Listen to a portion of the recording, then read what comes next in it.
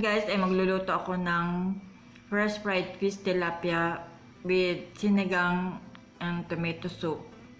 Dahil medyo malamig ngayon, gusto kong humigop ng maasim-asim na sabaw.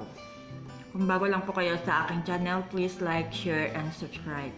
Tara, magluto na tayo. Gagamit tayo ng sangkap na luya, sibuyas, kamatis, bawang bilang panggisa,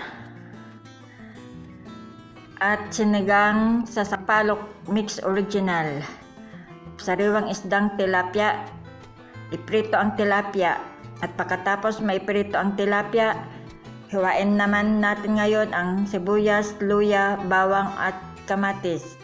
Lagyan ng oil ang kawali at ilagay ang luya, sibuyas, bawang at kamatis. Haluin ito para hindi masunog. At pagkatapos lagyan ng tubig. Ilagay ang chicken cube at nor sinigang sa sampalok at asin. Yan. Pag kumulo, takpan natin at lutuin ng 5 minutes. Yan na guys, luto na siya. Prepare ko na ang nalutong